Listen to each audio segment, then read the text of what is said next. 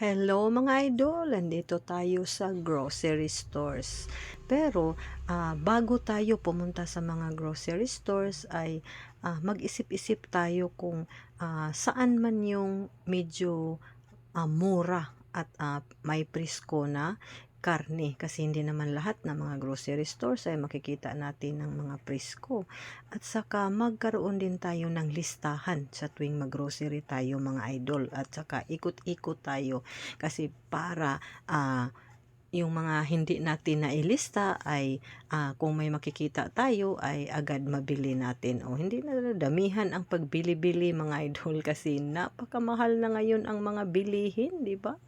Oo, at saka dala na din ang pagpalamig kasi napakainit ng panahon mga idol, kaya dito tayo sa mga mall para habang naggrocery tayo ay mag-snacks din at maka-feel tayo ng lamig mga idol kasi mainit ang panahon. Thank you for watching.